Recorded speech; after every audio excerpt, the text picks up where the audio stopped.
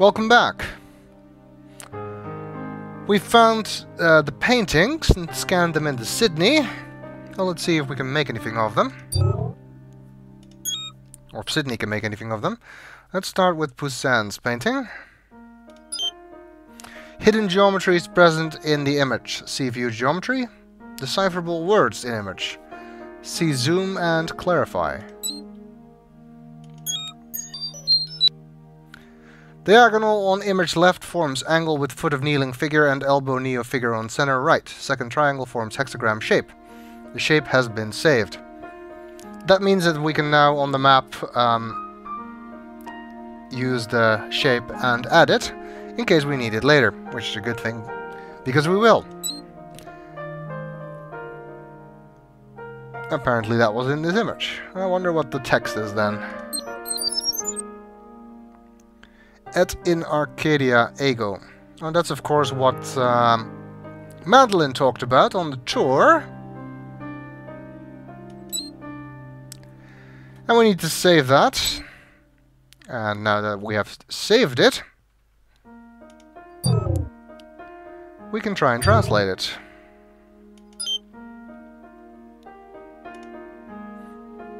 It seems to be Latin. Incomplete sentence. Do you want to add text? And we need to add something, and this should be fairly obvious, both from the timing of when this was written and the meaning of the word itself. It is, of course, et in Arcadia ego sum. Et in Arcadia ego sum. That's the missing word. Which apparently means I am also, or even in Arcadia. Interesting.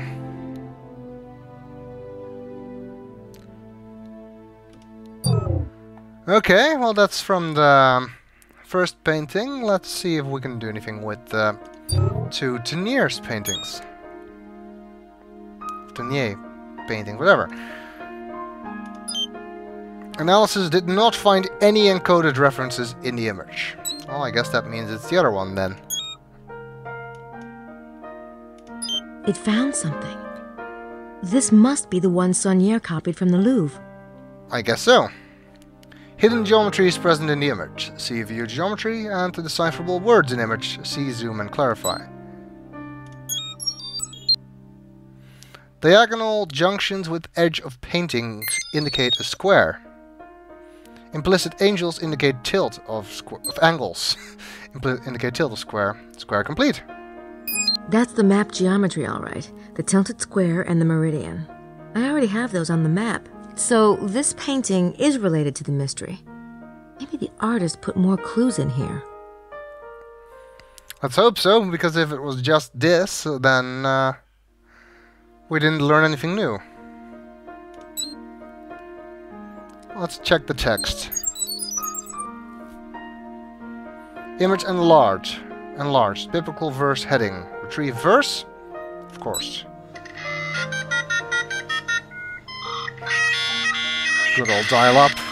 It's the instructions for the building of the Temple of Solomon.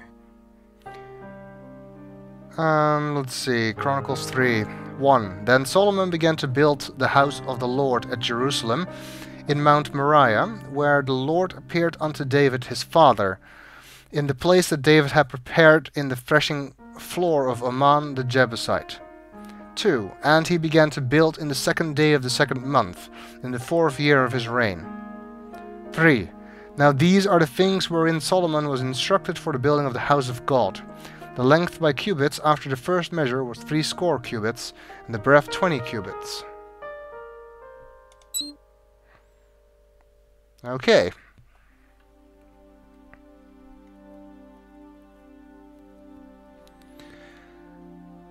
So we have these two paintings.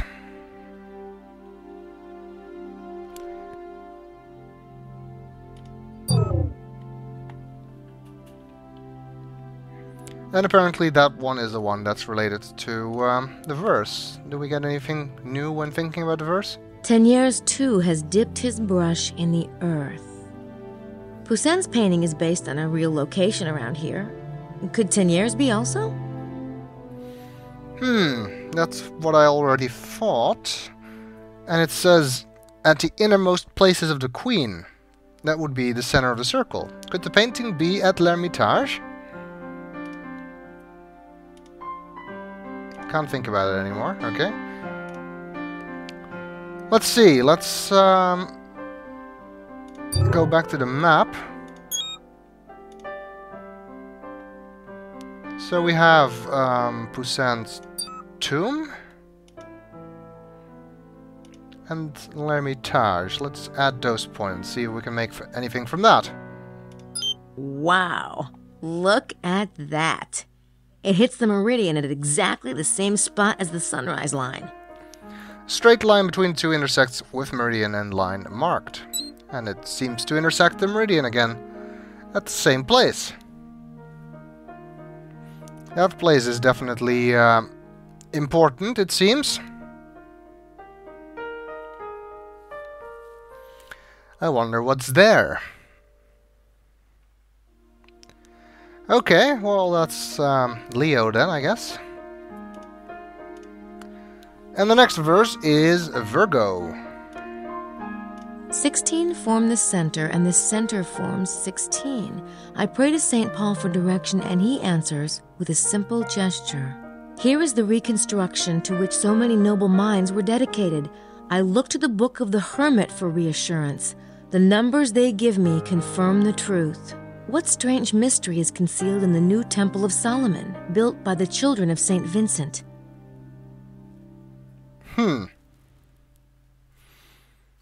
Okay, so let's see what that means. Oh.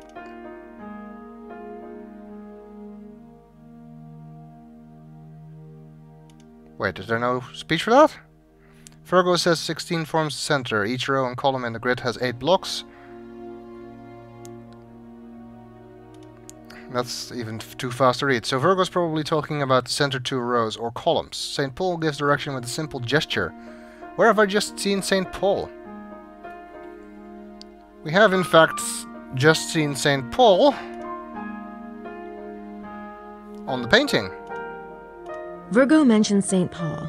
I look to St. Paul for direction, and he answers with a simple gesture. St. Paul is pointing up in this painting. I wonder what he's pointing to in the actual landscape. I guess the only way to find that out is to go there and take a look.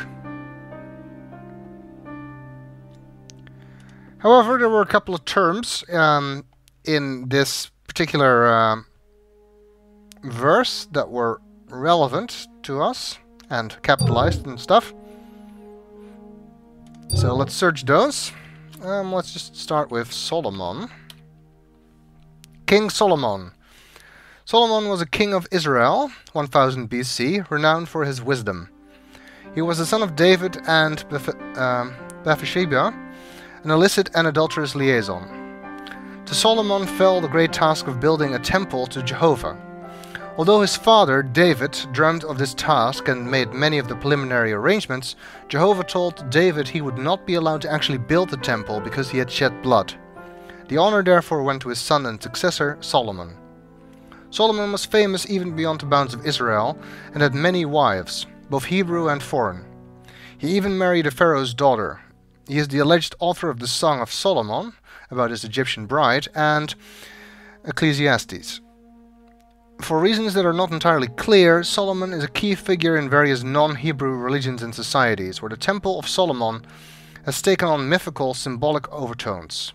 See, for example, Freemasons. The seal of Solomon is a 6-pointed star or hexagram, which keeps popping up everywhere, it seems.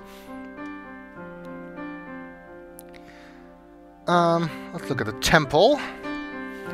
The Temple of Solomon.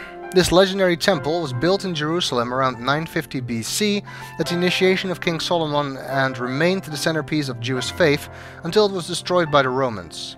It is said to be based on Egyptian temple design, and this may be true, for the Bible readily admits that the chief architect was loaned to Solomon by an Egyptian pharaoh. The temple layout was given to Solomon by God as related in 2 Chronicles 3rd chapter. Oh, that's the verse we saw in the painting. The length was 120 cubits and the width 30 cubits, just giving a 4:1 long rectangular shape. See temple diagram. 4:1. If we take the 2 center columns or rows, as Virgo seems to indicate that we need to do, that would also have a ratio of 4:1, because it would be 8 squares by 2 squares. So I guess we need to draw these walls or something. But the question is, do we need the columns or the row or the rows at the center? The temple has become a living symbol for several occult groups. To the alchemists, being in the temple represents a state of mind, a place of mystical reflection and knowledge. The Freemasons have adopted the temple as a keystone of their ritual, their philosophy, even the physical layout of their lodges. The idea of rebuilding the Temple of Solomon has been a stated goal, with a full range of interpretations from spiritual to literal, of many ethnic, esoterical and occult groups throughout the ages.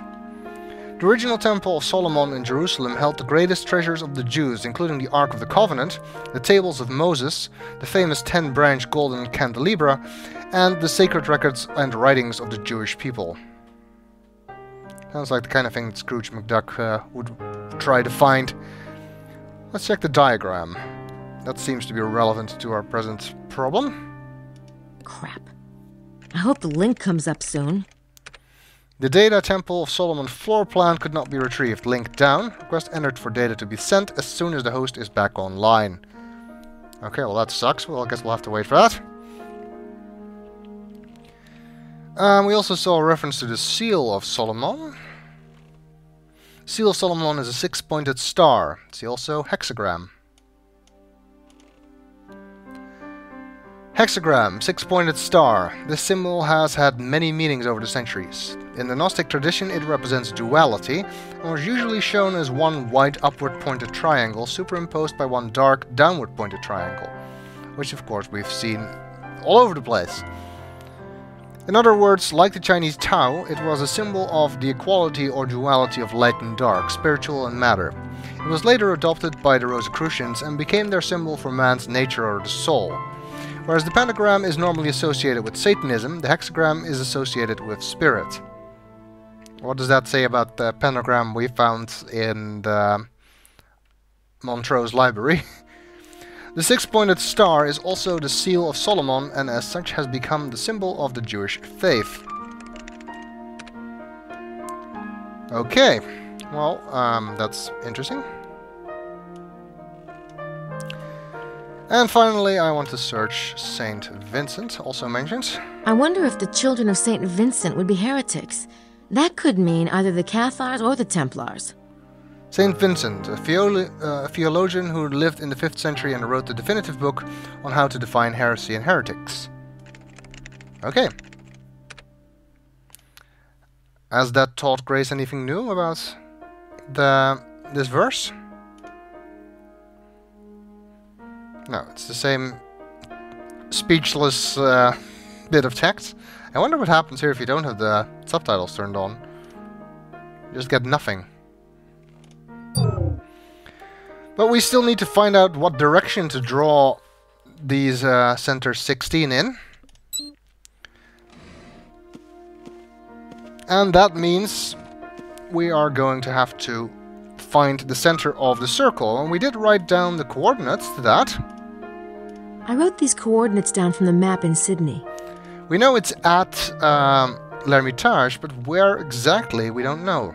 These numbers give the exact latitude and longitude of any given point on the map. It would be great if I could coordinate them with the exact latitude and longitude out in the valley itself, but how? Well, we've seen a way of doing that. We've observed people doing it, namely Madeline and Mosley. Madeline and Mosley both have a GPS tracker that allows you to find your exact location, so that would be just the thing. I don't think we can get Madeline's tracker. Grace has no way into that room. but Mosley might be a bit easier, especially considering the fact that we appear to have his key as a remnant from last night. Yeah, Mose gave me his key last night, in case I changed my mind. Which did not happen, it seems. But it does give us a way into his room.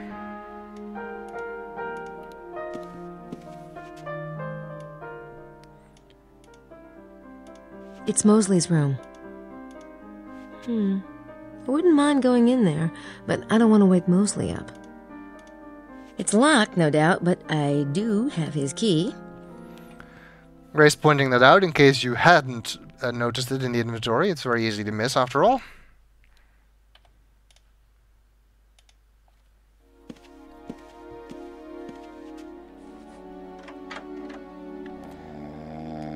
And it seems Mosley is sleeping. Man, is he out or what? Oh, that's good for us, I guess. And why would I want to do that, exactly? True enough. Let's see if we can find that tracker. I think that used to be a briefcase. Well, hopefully what we need is in there.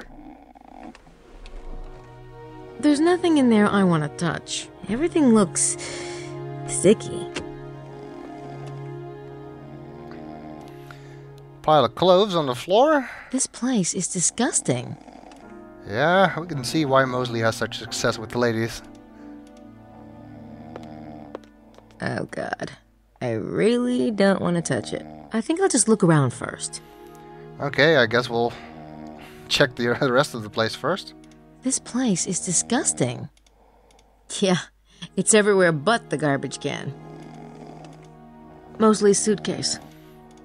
Well, maybe that contains the tracker.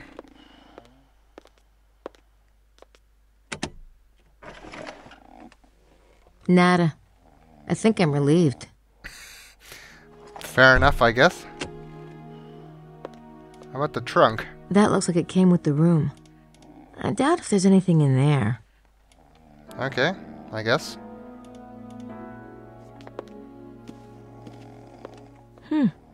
There's that gold blazer he always used to wear. I'd almost succeeded in forgetting that thing. Well, thanks to a certain puzzle, I certainly haven't forgotten it. It's an armoire, like the one in our room. It is an armoire of invincibility.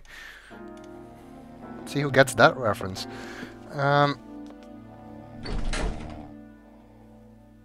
Empty. Not surprising. He couldn't be expected to actually, like, open the door every time he wanted to get something.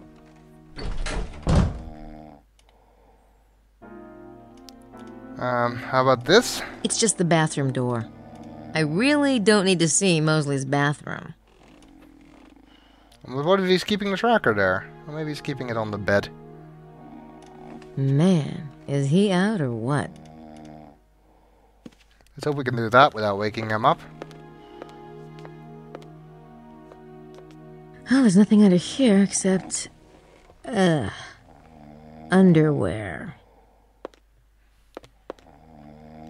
Well, I guess that as much as Grace doesn't want it, that leaves us with only one recourse. I guess I have to, don't I? Pay dirt.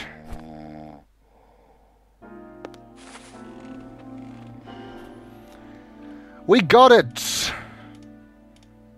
Gabriel was telling me about this device he saw Mosley using a few days ago.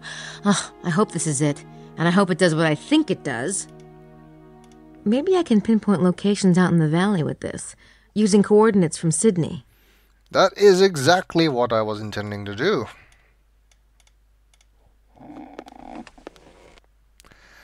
Okay, so I guess we need to track down the center of the circle in the next video.